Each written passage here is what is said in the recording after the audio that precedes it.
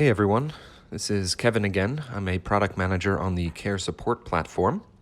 Recently, I've been getting a lot of questions related to usernames and passwords and the dreaded 1326 error, also known as the 5 error.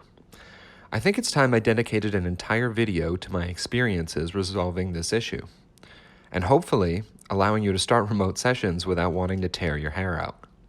I can confidently say that if you follow these steps I lay down here, there's a 99% likelihood you'll be able to determine why you're receiving this error and prevent it from happening again in the future. But you'll need to follow all the steps. You'll see why in a moment. One thing I want to call out early.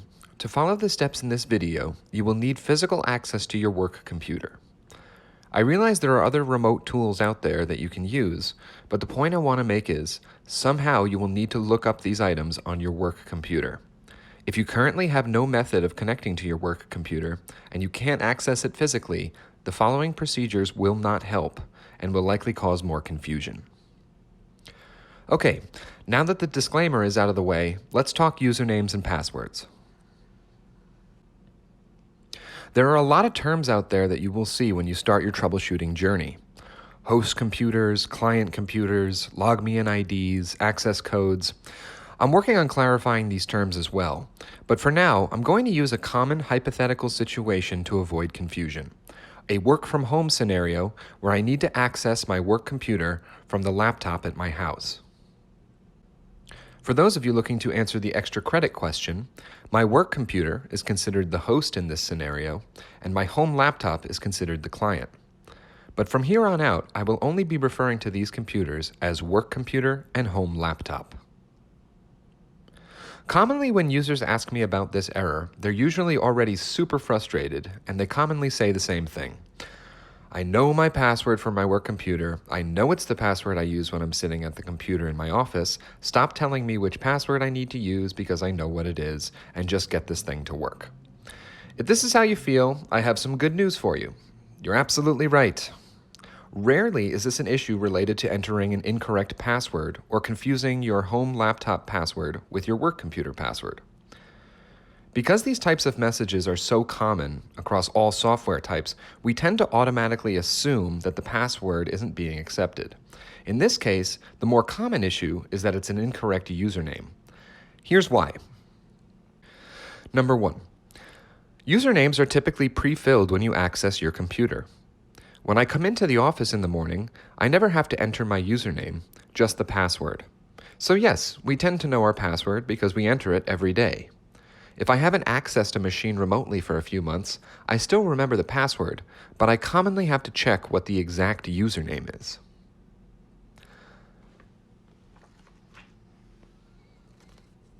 Number 2. Usernames are not always obviously displayed, and based on your operating system, can appear differently depending on where you look. Number 3. If you're on a domain, you need to make sure you are entering the exact username and domain, or you'll return the same error. If you're unsure whether or not you're on a domain, check if you have an additional field when you enter your username and password. If you see something which says, sign on to, and then has a drop-down menu, your work computer is likely on a domain, and you will need to select that domain to get onto your work computer. Needless to say, it's important that we look up the username on your work computer. If you know your username, follow these steps to check to make sure you have it exactly correct. If you absolutely know your username, follow these steps to check to make sure you have it absolutely correct. If there is no chance whatsoever you're entering the wrong username, please just humor me and follow these steps to check to make sure you have it exactly correct.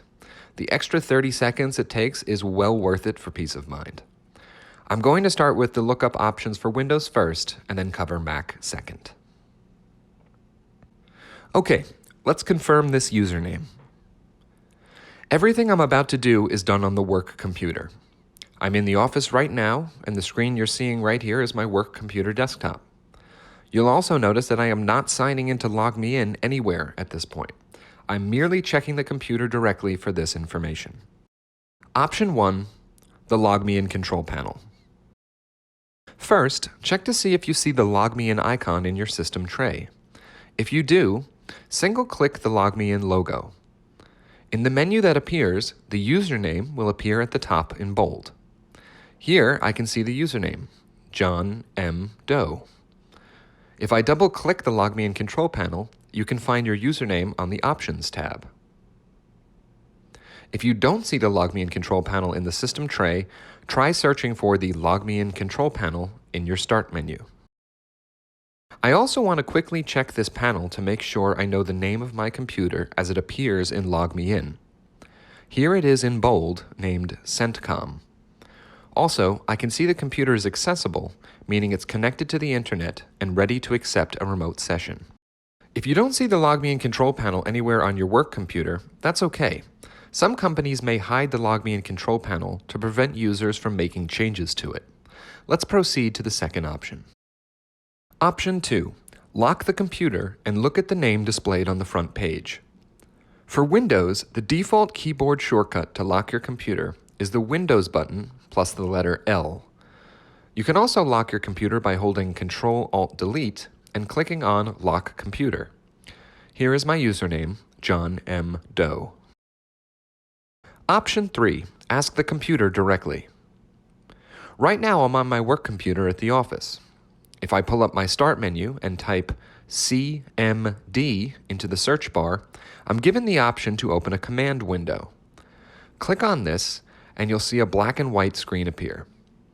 Don't worry, we're not reprogramming the matrix, we're just going to type a simple command. Enter "Who am I?" all as one word and press Enter. That's WHOAMI and then press the Enter key. The line below where we entered the command will show your domain and then your username. Write this down exactly as it appears and put it off to the side. In this case, CENTCOM is the name of my work computer, and since I'm not on a domain, I'm going to note this, but put it off to the side. Here you can also see my username, John M. Doe. Option 4. Check the user accounts list in Settings. Click Start, then Settings, then Accounts. Here is my username, John M. Doe. And below, it lets me know that I'm not on a domain, but a local computer, and that I'm an admin. All of this information is helpful. Option 5. Check the user accounts list in the control panel. Launch a Run window by using the Windows key plus the letter R, then type this exactly. The word Control, and then a space, then the word User, then no space, the word Passwords, plural, then no space, and the number 2. Press Enter. The user accounts list will populate and show my username, John M. Doe, and let me know that I am an admin on this computer. If for any reason you are unable to get to this screen, it is likely that there are domain restrictions preventing you from accessing this information, but one of the other options will have likely helped. Now I'm going to cover what we need to do to look up our username and domain on a Mac. Macs can be a little bit more difficult to determine username and domain, so it's important that you follow all of these steps in their entirety. In my experience, the best way to look up a username and domain on a Mac is to open System Preferences, then select Users and Groups. I can see my name displayed here prominently, but this is not my actual username, so I'm going to ignore this for the time being. If I select Login Options, I now see Network Account Server. This is my domain, and I will take note of this. Secondly, I want to change the drop-down which displays full name to account name. You will notice the name changes in the top right corner to the actual username of this computer. So, when I go to connect to this machine remotely, I would enter this username, my password for this Mac, and if prompted with a Sign On To option, I would enter the domain exactly as it appears here. Okay, on to password. As I mentioned earlier, passwords are usually not the culprit of the 1326 or 5 error codes. However, if you log into a lot of different programs or websites with different passwords, this could still be a source of confusion. The best way to determine which password you need to use is to lock your computer using the Windows key plus the L key and enter your password. Once you unlock the computer, the password you just entered is what we're looking for.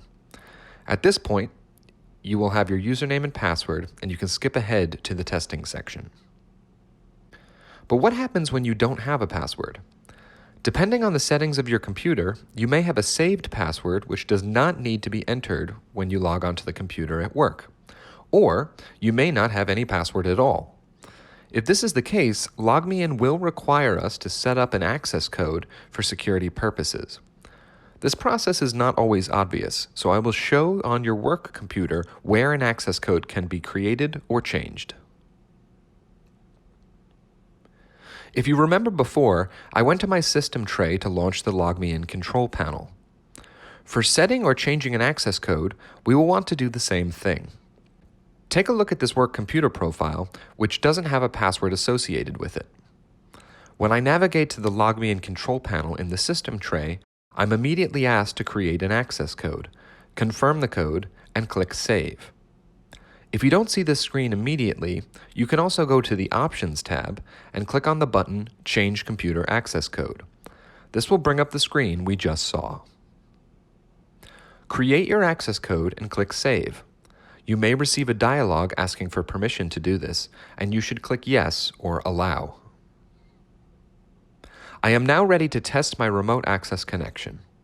I recommend testing this in the office so that you can jump back onto the work computer if you're still receiving any errors. Alright, I'm now sitting on my home laptop. This computer is a Mac, but as I will be connecting through the same LogMeIn website, the process will be the same for Mac and PC. This is also the first time during this process that I will actually need to log into logmein.com. So let's start there. Here, I'm navigating to logmein.com and signing into my LogMeIn account. Please note that the LogMeIn ID and password have nothing to do with what I've been talking about so far. They are completely separate from my work computer username and password.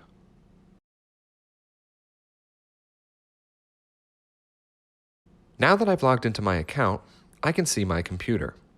I can quickly verify its name corresponds to the name I checked earlier, CENTCOM, and it's online. So I'm going to click on this computer to begin a remote access session. I want to pause again and call attention to some items on this screen. There are a few options that you may see here. The first is a simple username and password text field, as seen here. This is common for work computers which are not on a domain. The second is a simple username and password text field along with a Sign On To option, which is typically a drop-down menu. If you see this, then your work computer is likely on a domain, and you will need to select or enter that domain name here. If you weren't able to determine the domain name earlier, contact someone in IT for more information. The third option is a computer access code. This is for computers which don't have a password, and LogMeIn required the user to create a password for security purposes. If you have not created an access code, refer back to earlier in this video for instructions on how to do so. You can also click More, which will give you the ability to log in with a username, password, and domain if applicable. Let me run through a few common hypothetical scenarios. I know my password and my username is jdoe. That's incorrect. That's the wrong username, so I will get a 1326 error. I know my password and my username is johndoe. Nope, that's still the wrong username. I know my password and my username is johnmdoe. No, in this case I forgot to include the period after M. I know my password and my username is johnm.doe. Success. I have now been connected to the back end of my work computer. It is important to be this accurate when entering in your username. To start a remote control session, I'm going to click Remote Control. If this is the first time you're remote controlling a computer, you may see a download appear at the bottom of your screen called client.exe. Double-click on this to launch it and say yes if it asks for permission. If you've remote controlled before, you may see a screen which asks you if you'd like to launch the client app. Again, you'll want to select yes to begin the remote control session. As you can see, after a quick connection dialog, I have been connected to my work computer and can navigate just as if I was sitting in front of it. When I'm finished, I will click the X in the top right of the window, or the X which appears on the black options bar at the top of the screen. I'm returned to the back end of my work computer page where I can click Disconnect, and I'm back on the LogMeIn website. If you are still having trouble getting onto your work computer, double check that the error message during the sign-in still reads 1326 or error 5. If it displays something else, such as an error 4320, that's a different issue, and I will be covering how to fix that in a follow-up video. I realize call queues are high due to the COVID-19 outbreak, but I would please ask that you check out our self-service content on support.logmeininc.com before calling in. There is a ton of documentation on that site, complete with step-by-step guides to fix common errors. Simply type the error code into the search bar and select one of the articles that appears.